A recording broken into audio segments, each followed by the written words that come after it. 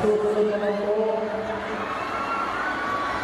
napakagaling po ito, bagong mukha, anak po ng chairman po, sumurong sa Manulit, isa pong higilin, isang abogado, at retired police. Marami pong karanasan at gusto pong naalay ng nasa Mexico. Walang iba po, Jaime Romel Miranda.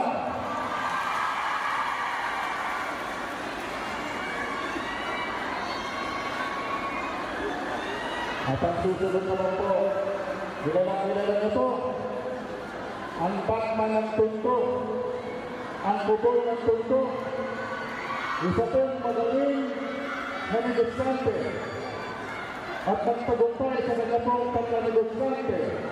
Ngayon po gusto ko naalay na ng sarili sa inyo. Tulungan po natin, Robbie Oro!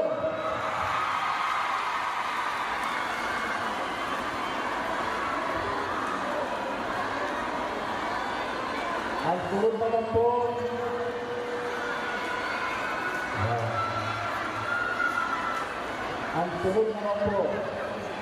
ito pinakabata sa amin. Siya po ang apo ni Konsehal Tony Evangelista. Nakinikilala po ang Anteba.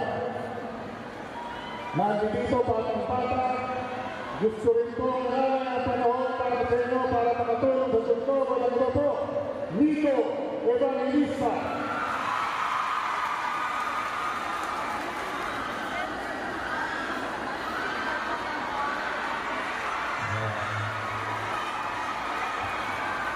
O siyempre, pinakapoging sa lahat.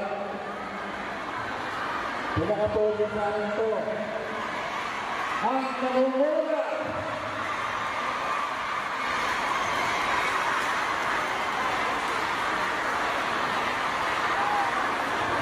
Marami kang kamag-anak dito, Paso.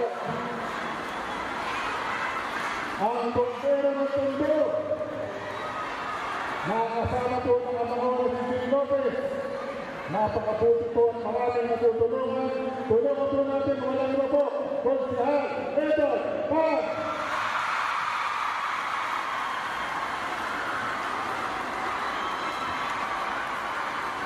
Bago po ako magtapos, gusto ko na naman po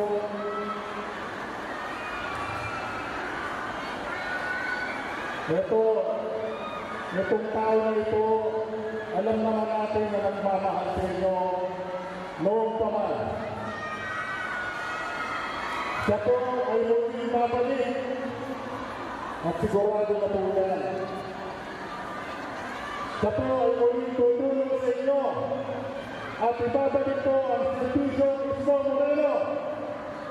Sana po tulungan niyo rin po ako na maibalik din po ang servisyo Lopez. Pwede po ba?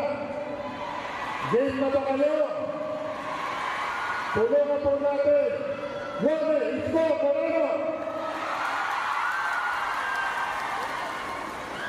So muli po, maraming salamat po sa inyo. Mabuhay po ang kababayan ng Maynila. Salamat po, salamat po. Maraming salamat po ninyo para kapagpuntahan. Congressman Paulo Lopez. At ito po ang ating mga lugar ng York Choice. Councilor Nico Evangelista. Councilor Edward Tan. Councilor Robbie Ong. Councilor Romel Miranda. Councilor Bonsi at Councilor Awi Sia.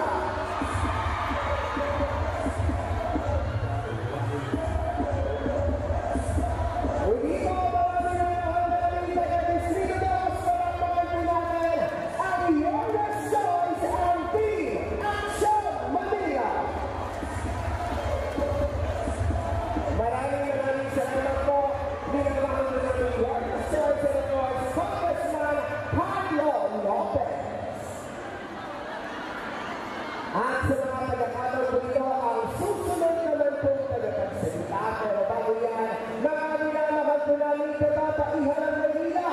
Handa na ba kayo? At sa mga pagkakamang dito, Vice Mayor Tia Bianca at Iolda Isko Moreno, Dr. Johnson.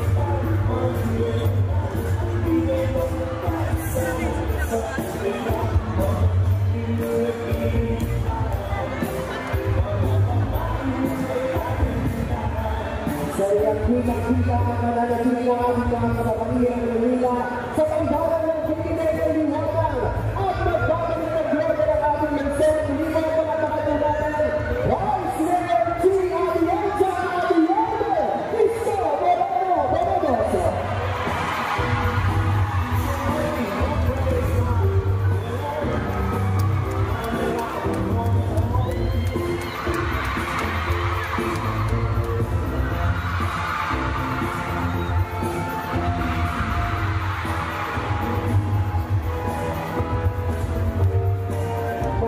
Maraming salamat po dito. Palakpakan po natin Vice Mayor G. Atienza Atienza Isko Moreno Bonodoso. Sa mangyari ko ang lahat na tayo po ay bumalik sa ating mga upuan. At alam naman po namin ang inyo po pag-alapit na mali ang lahat po ng mga mensahe na ibibigay ng ating minamahal na Vice Mayor G. Atienza at of course ang ating Ione Isko Moreno Bonodoso. At sa pagpapatuloy, ibibigay ko po sa inyo ang ating susunod na tagapagsalita. Nagmula at nagsayang ng kanyang serbisyo publiko dahil siya rin po ay ulanin sa hangin ng barangay. Naging tagawag at punong barangay ang barangay 438-044. Nailaklak din ang Pangulo sa mga ng mga punong barangay sa Sampaloc at naging vice-presidente ng Liga ng mga barangay sa buong lungsod ng Maynila. Isa rin pa rin lapot ang mga advokasya magbola, huwag magbola, hanggang handaang maglilit sa Kongreso para pakampunanin ang barangay ng Sampaloc, Tom C. Joel J.D. Villanueva.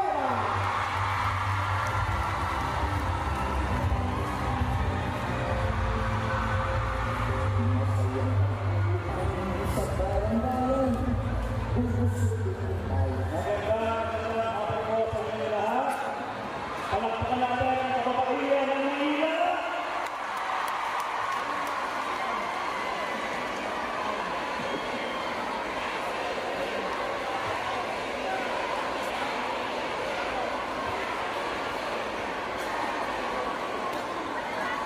Maraming salamat. CEO na naman. Mas lalo niyo akong pinakato. Ito ka ba ito? Nakakamanin naman yun kung dumating pa kayong dalawa.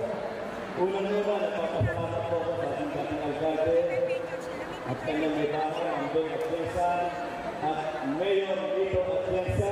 Palakpakan po natin.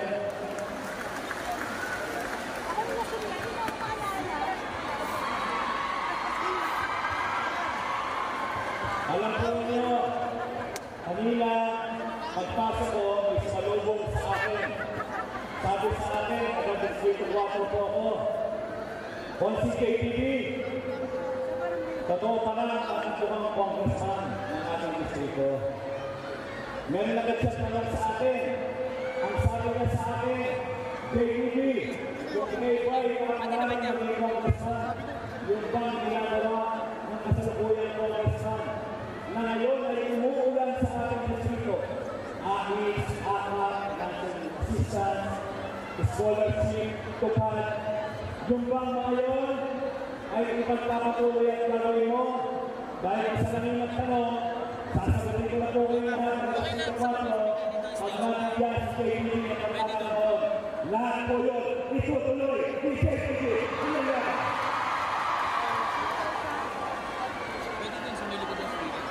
Meron po akong anak, JPP. Kaya lang, hindi siya nabibigyan ng scholarship sapagkat ang grade niya malakon. Nasa isama lang po kami. Gusto kong mag-aral. Si JPP, pinag-aral niya ang kanyang sarili, mag-working student, para matapos ang tatlong kurso sapagkat mahalaga sa akin ang edukasyon.